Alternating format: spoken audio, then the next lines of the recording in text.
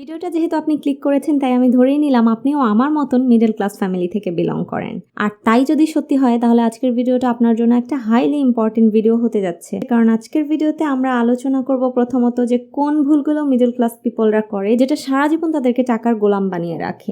দ্বিতীয়ত একই ভুল শিক্ষা এবং অ্যাডভাইস তারা তাদের সন্তানদেরকেও দিয়ে থাকে, যে কারণে না তারা নিজেরা আর না তাদের পরের জেনারেশন মিডল ক্লাস ট্র্যাপ থেকে বের হতে পারে। এরপর আমরা করব এমন একটা ফিনান্সিয়াল প্ল্যানিং যাতে আমরা এই মিডল ক্লাসের চক্র থেকে বের হয়ে আপার ক্লাসে যেতে পারি। তো আমি আশা করব যে আপনারা ভিডিওটা শেষ পর্যন্ত দেখবেন এবং মনোযোগ দিয়ে শুনবেন, কারণ আসলে এখানে খুব দরকারি এবং গুরুত্বপূর্ণ আলোচনা রয়েছে। সবার প্রথমে আমরা মিডল ক্লাস টার্মটা নিয়ে একটু আলোচনা করব।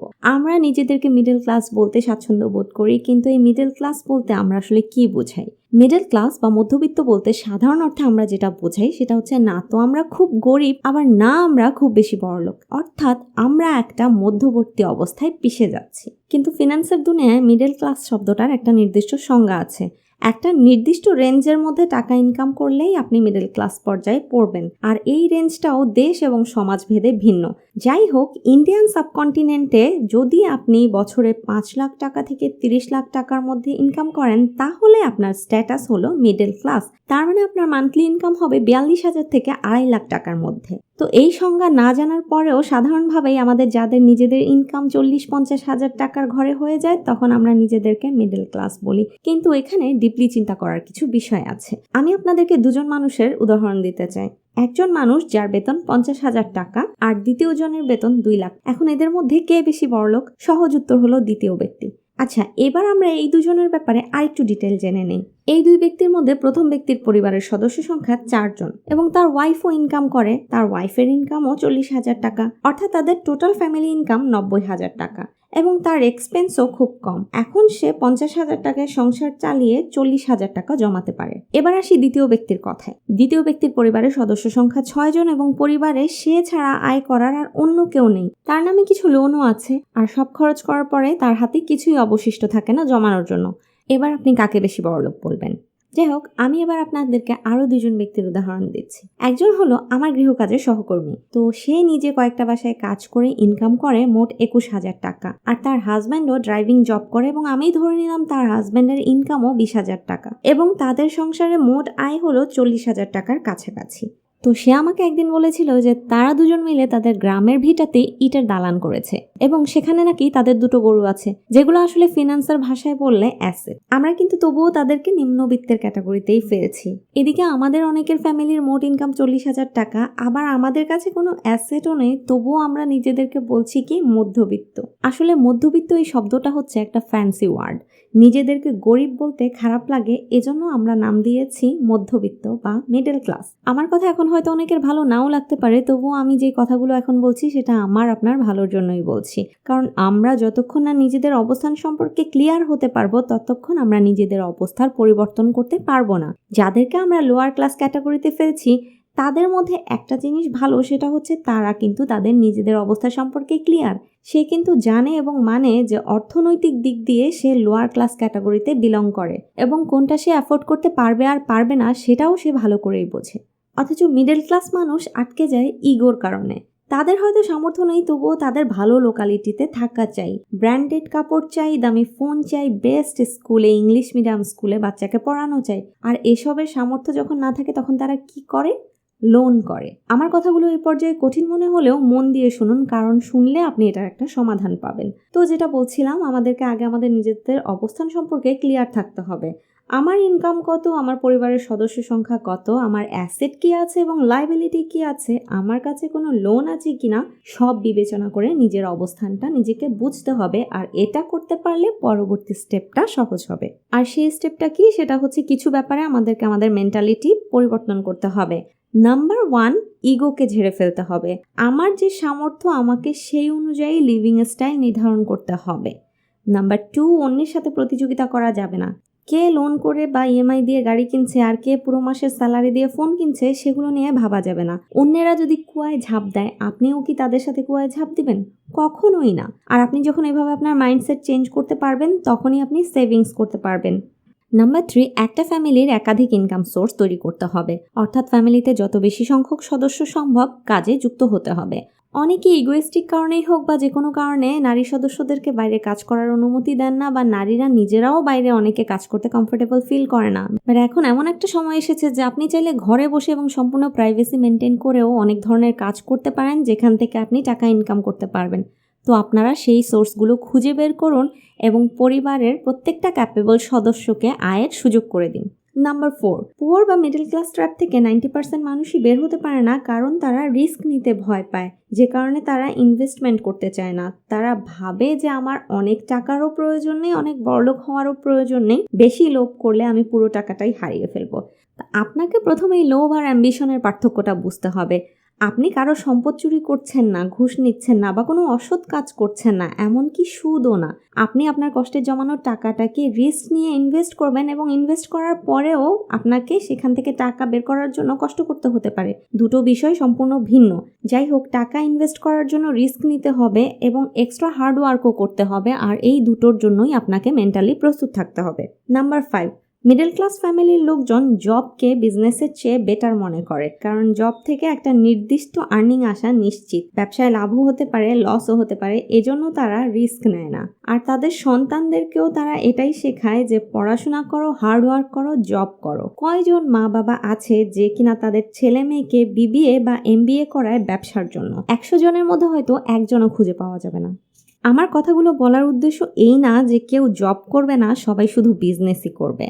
যারা ডাক্তার হতে চায়, ইঞ্জিনিয়ার হতে চায়, সরকারি চাকরি করতে চায়, ডিফেন্সে জব করতে চায়, দেশের সেবা করতে চায়, মানুষের সেবা করতে চায়, তাদের কথা ভিন্ন। কিন্তু কোনো ব্যক্তির যদি সেই রকম মেধাবী না হয় এবং এসবের প্রতি তার ইন্টারেস্টও না থাকে, তাহলে তাকে ফোর্সফুলি প্রাইভেট ইউনিভার্সিটিতে ভর্তি করালেও আলটিমেটলি সে ভালো ক্যারিয়ার গড়তে পারবে না। আর এখানে অডিয়েন্সদের মধ্যে যারা আছে ছেলে মেয়েরা, তাদেরকে আমি বলতে চাই যে তোমরা ক্যারিয়ারের ব্যাপারে সিদ্ধান্ত নেওয়ার আগে ভালো করে ভেবে দেখো যে সেখান থেকে তোমার এস্টাবলিশড হওয়ার সম্ভাবনা কতটুকু। তোমার পটেনশিয়ালিটি তুমি কিন্তু ভালো করেই জানো। তো তুমি যদি ইঞ্জিনিয়ারিং পড়তে চাও, মা বাবা কিন্তু জমি বিক্রি করে হলেও তোমাকে পড়াবে, কারণ মিডল ক্লাস ফ্যামিলির লোকজন পড়ালেখার ব্যাপারে কখনো কম্প্রোমাইজ করে না। তারা কিন্তু যত কষ্ট করেই হোক যে কোনোভাবে তাদের ছেলে মেয়েকে বেস্ট এডুকেশন ফ্যাসিলিটিটা প্রোভাইড করতে চায়। এখন তুমি যদি মনে করো যে তোমার এই সাবজেক্টের প্রতি আগ্রহ আছে, তোমার প্যাশন আছে, তোমার পক্ষে এখান থেকে ভালো করা সম্ভব হবে, তাহলে তুমি পড়ো। তা না হলে শুধুমাত্রই নামের আগে একটা ডিগ্রি বসানোর জন্য কিংবা মানুষকে বলার জন্য এতগুলো টাকা নষ্ট করে পড়ার কোনো মানেই হয় না। এই পয়েন্টে প্যারেন্টস হোক বা সন্তান হোক, আমি সবাইকে বলছি আমাদেরকে চিন্তা করতে হবে একজন বিজনেসম্যানের মতো। একজন বিজনেসম্যান কিভাবে চিন্তা করে? সে কোথাও টাকা ইনভেস্ট করার আগে ভাবে যে সেখান থেকে তার প্রফিট আসবে কিনা। আবার তার কাছে যদি কয়েকটা অপশন থাকে, তখন সে ভাবে যে কোন জায়গায় ইনভেস্ট করলে ম্যাক্সিমাম প্রফিট গেইন করতে পারবে। তো এডুকেশনও কিন্তু একটা ইনভেস্টমেন্ট। যেই সাবজেক্টে পড়লে আপনি বা আপনার সন্তান ভালো আর্নিং করতে পারবে, সেই সাবজেক্টেই ইনভেস্ট করা ভালো। আর তার মধ্যে যদি বিজনেসম্যান হওয়ার মতো দক্ষতা থাকে এবং আপনার সামর্থ্য থাকে, তাহলে আপনি তাকে বিজনেস করতে দিন। প্লিজ তাকে ডাক্তার, ইঞ্জিনিয়ার হওয়ার জন্য প্রেশার দিবেন না। প্রত্যেককে তার প্যাশন ফলো করতে দিন। আর কারো কাছে যদি পড়ালেখার পেছনে খরচ করার মতন যথেষ্ট সামর্থ্য না থাকে, তাহলে আপনারা photography, videography, content creating, animation, graphics designing, digital marketing, coding এসব সাবজেক্টের উপরে ডিপ্লোমা কোর্স করাতে পারেন। এই কোর্সগুলোর পেছনে খরচও খুব কম, আবার এখান থেকে আর্নিংও অনেক বেশি। তাই কম ইনভেস্টমেন্টে বেশি রিটার্ন পেতে চাইলে এগুলো হচ্ছে সবচেয়ে ভালো আইডিয়া। এবার আসি পরবর্তী পয়েন্টে, যেখানে আপনাকে টাইম এবং মানির কনসেপ্টটা বুঝতে হবে। আমরা জানি যে টাইম ইকুয়াল টু মানি, কিন্তু একটু বিস্তারিত বোঝার জন্য আমি একটা উদাহরণ ব্যবহার করছি। মনে করুন একটা অফিসে দুজন ব্যক্তি কাজ করে। একজন ডাটা এন্ট্রির কাজ করে যার বেতন 30,000 টাকা, আর অন্যজন হলো অফিসের সিইও যার বেতন 3 লাখ টাকা।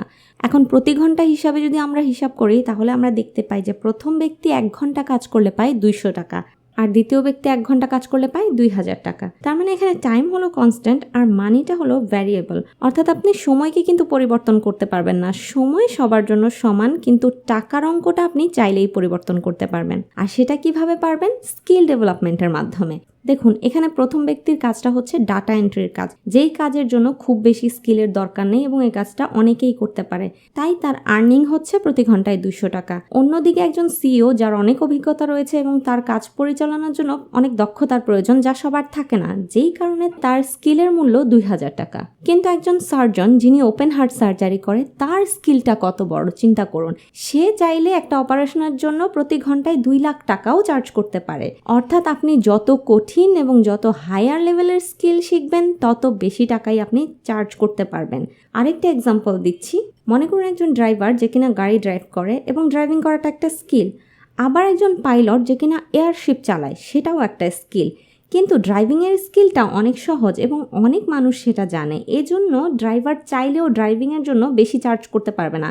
কিন্তু একজন পাইলটের যে স্কিল সেটা কয়জন মানুষ পারে, তাই পাইলটের স্যালারি ড্রাইভারের তুলনায় অনেক গুণ বেশি। তাই আপনি যদি অনেক টাকা ইনকাম করতে চান তাহলে আপনাকে এমন সাবজেক্ট চুজ করতে হবে বা এমন স্কিল ডেভেলপ করতে হবে যেটা কঠিন এবং যেটা খুব কম মানুষই পারে। সময় এবং টাকার সম্পর্কটা বোঝানোর জন্য আমি আপনাদেরকে আরেকটা পয়েন্ট বলবো, সেটা হচ্ছে মিডল ক্লাস ফ্যামিলির লোকজনরা দেখবেন যে নিজেদের সব কাজ নিজেরা করে। তারা নিজেরা ঘরের কাজও করে, বাইরের কাজও করে, বাজার করে, রান্না করে, ইলেকট্রিক কাজ বা টুকিটাকি মেরামত কাজও নিজেরা করে। তাদের উদ্দেশ্য কি? উদ্দেশ্য হলো টাকা বাঁচানো।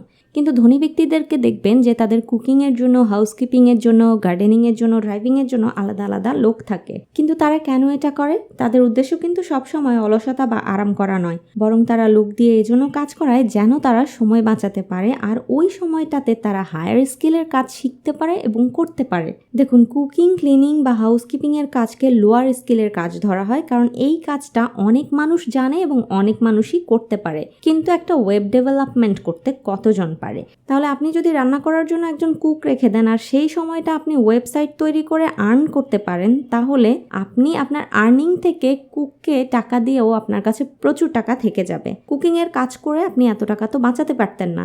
তাই সবসময় নিজের সময়টাকে হায়ার স্কিলের কাজে ব্যবহার করুন এবং লোয়ার স্কিলের কাজগুলো অন্য কাউকে দিয়ে করিয়ে নিন। আশা করি এ পর্যন্ত আমার কথাগুলো আপনারা ক্লিয়ারলি বুঝতে পেরেছেন। এরপর আমরা আলোচনা করব step by step financial planning, যাতে আমরা ফিনান্সিয়াল ফ্রিডম তৈরি করতে পারি এই মিডল ক্লাস ট্র্যাপ থেকে বের হওয়ার জন্য। আর এই স্টেপগুলো আমরা দ্বিতীয় পর্বে বিস্তারিতভাবে ব্যাখ্যা করব। দ্বিতীয় পর্ব দেখার জন্য সাবস্ক্রাইব করে বেল আইকনটি প্রেস করে রাখুন যেন মিস না হয়। আজকের ভিডিও থেকে আপনি নিজের অবস্থান সম্পর্কে ঠিক কী বুঝলেন সেটা আমাদেরকে কমেন্ট করে জানান, আর আপনার ফ্রেন্ডস, ফ্যামিলির সাথে এই ভিডিওটি শেয়ার করে দিন যেন তারাও তাদের মাইন্ডসেট চেঞ্জ করতে পারে। ধন্যবাদ।